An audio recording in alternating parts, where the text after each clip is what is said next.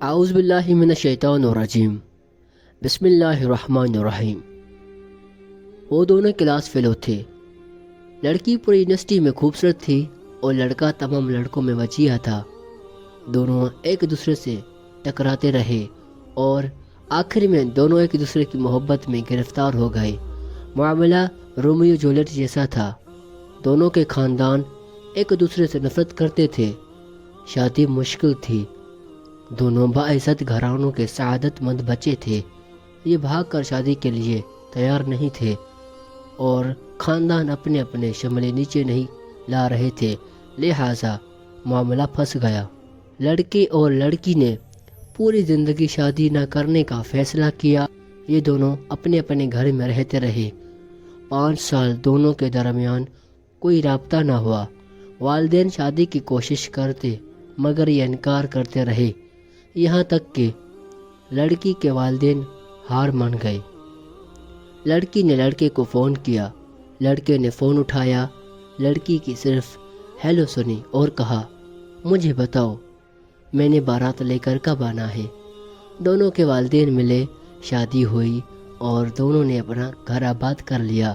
لڑکے نے کاروبار شروع کیا اور اللہ تعالیٰ نے کرم کیا اور وہ خوشحال ہو گئے۔ یہ شادی 20 سال چلی۔ اس دوران 3 بچے ہو گئے۔ خاتون کو اپنے حسن، اپنی خوبصورتی پر بہت ناز تھا۔ وہ تھی بھی ناز کے قابل۔ وہ 45 سال اور 3 بچوں کی ماں ہونے کے باوجود جوان لگتی تھی۔ خاوند بھی روز اول کی طرح اس پر فرفتہ تھا۔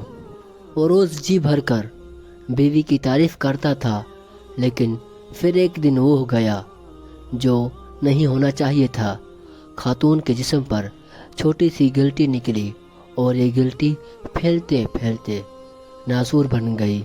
ڈاکٹروں کو دکھایا، ٹیسٹ ہوئی، پتہ چلا خاتون جلد کے کینسر میں مبتلا ہے۔ خاوند صرف خاوند نہیں تھا، وہ اپنی بیوی کا مہنوال تھا۔ وہ اپنی ران چیر کر بیوی کو کباب بنا کر کھلا سکتا تھا۔ وہ بیوی کو لے کر دنیا جہاں کے ڈاکٹروں کے پاس گیا، ایک کلینک سے دوسرے کلینک، ایک ڈاکٹر سے دوسرے ڈاکٹر اور ایک ملک سے دوسرے ملک۔ وہ دونوں چلتے رہے یہاں تک کہ ڈاکٹروں نے جواب دے دیا۔ خاتون کا جسم گلٹیوں سے بھر گیا۔ یہ مصیبت ابھی ختم نہیں ہوئی تھی کہ ایک دوسری آفت آن پڑی۔ خاوند کی گاڑی ٹرک سے ٹکرائی اور وہ شدید زخمی ہو گیا۔ وہ اسپتال پہنچا، پتہ چلا وہ بینائی کی نعمت سے محروم ہو چکا ہے۔ آپ اس کے بعد علمی ملاحظہ کیجئے، شہر کا خوبصورت ترین جوڑا بدقسمتی سے زوجہ جلد کے کینسر کی مریض اور خاوند آنکھوں سے اندھا۔ لوگ انہیں دیکھتے تھے تو کانوں کو ہاتھ لگاتے تھے، لیکن یہ دونوں اس کے باوجود مطمئن تھے۔ یہ روز صبح باغ میں واک بھی کرتے تھے، سینما بھی جاتے تھے اور ریسٹورنٹ میں بھی کھانا کھاتے تھے۔ بیوی خاوند کا ہاتھ پکڑ کر ساتھ ساتھ چلتی تھی، وہ اسے گائیڈ کرتی تھی اور خاوند بیوی کی گائیڈنس پر چلتا جاتا تھا۔ یہ سلسلہ بھی کئی ماہ تک چلتا رہا، لیکن پھر بیوی نے خاوند سے ایک عجیب مطالبہ کر دیا۔ وہ اکیلی سوئٹزرلینڈ جانا چاہتی تھی۔ خاوند نے وجہ پوچھی۔ بیوی کا کہنا تھا وہ 10-15 دن اکیلی رہنا چاہتی ہے۔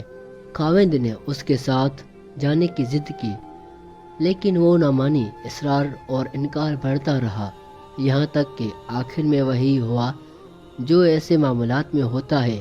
وہ شادی کے 20 برسوں میں ایک دن کے لیے بھی اکیلے نہیں ہوئے تھے۔ یہ ان کی جدائی کے پہلے 10 دن تھے۔ یہ 10 دن پہاڑ تھے۔ خاوند اس پہاڑ تلے سسکتا رہا۔ 10 دن بعد بیوی نے آنا تھا۔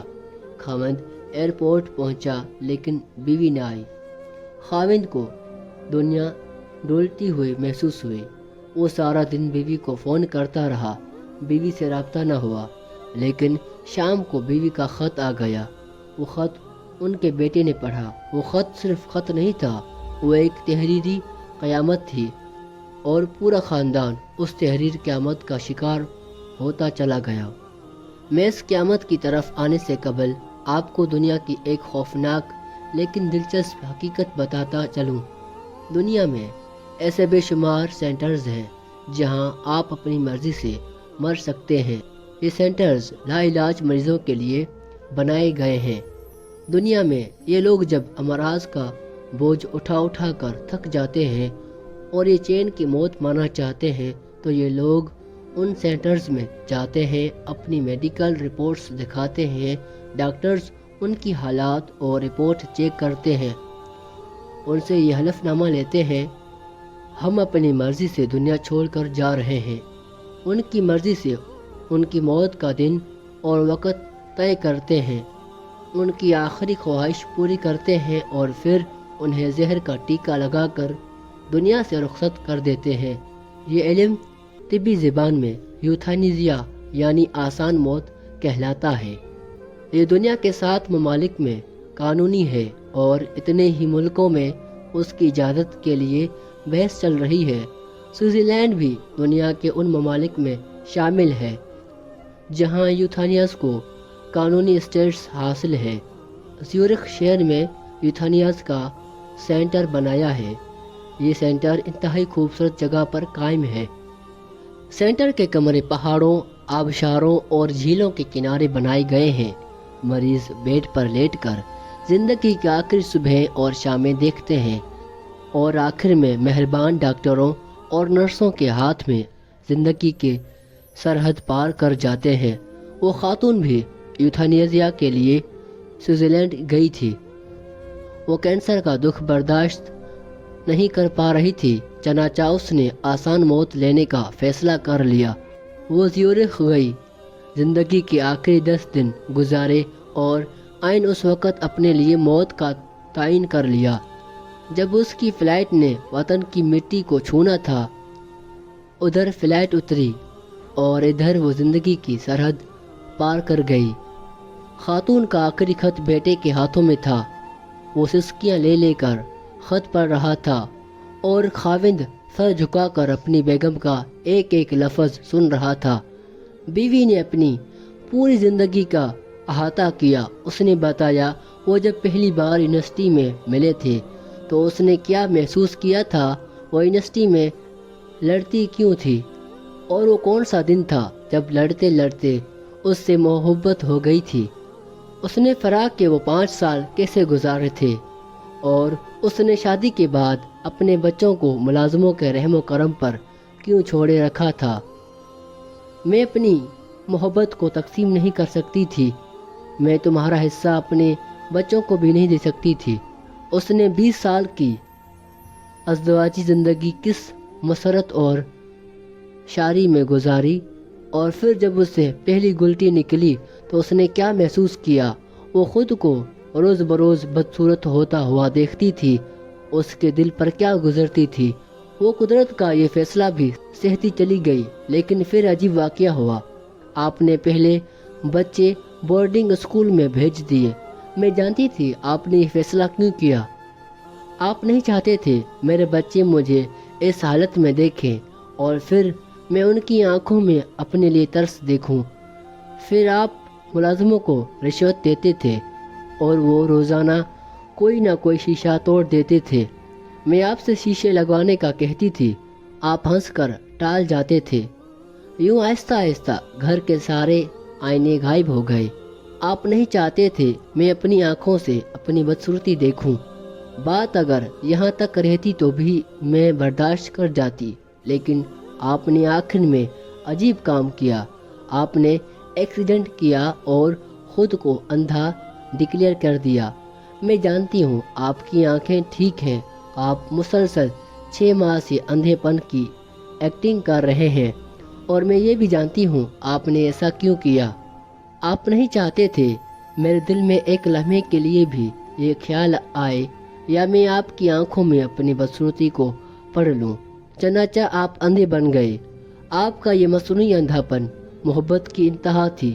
میں یہ انتہا برداشت نہ کر سکی، چنانچہ میں نے دنیا سے رخصت ہونے کا فیصلہ کر لیا۔ میں دنیا سے جا رہی ہوں، آپ اب پلیز اندھے پن کی یہ ایکٹنگ بند کر دیں۔ یہ خط پکڑیں اور خود پڑھنا شروع کر دیں۔ یہاں پہنچ کر بیٹے کے منہ سے چینخ نکل گئی۔ باپ نے اس کے ہاتھ سے خط لیا اور اونچی آواز میں پڑھنا شروع کر دیا۔ آپ پلیز میرے بات اپنا خیال رکھیے گا۔ سارے تولیے الماری میں رکھے ہیں۔ میں دردی کو 5 سال کے کپڑے دے آئی ہوں۔ وہ سال میں 10 جوڑے سی کر دے جائے گا۔ آپ نے وہ سارے کپڑے پھٹنے گھسنے تک پہننے ہیں۔ دانت چیک کرواتے رہیں اور صبح کی سیر کبھی نہیں بھولنی۔ اور آخری بات، چڑیوں کو روز دانہ ڈالنا ہے اور میری بلیوں کا ہمیشہ خیال رکھنا ہے۔ میرے پیارے دوستو، اگر یہ ویڈیو آپ کو پسند آئی ہے تو اس ویڈیو کو لائک، شیئر، کمنٹ کریں اور اس طرح کی مزید اور اچھی ویڈیوز کو دیکھنے کے لیے ہمارے چینل کو سبسکرائب کریں۔ ملیں گے انشاءاللہ ایک اور ویڈیو میں، تب تک کے لیے اللہ حافظ۔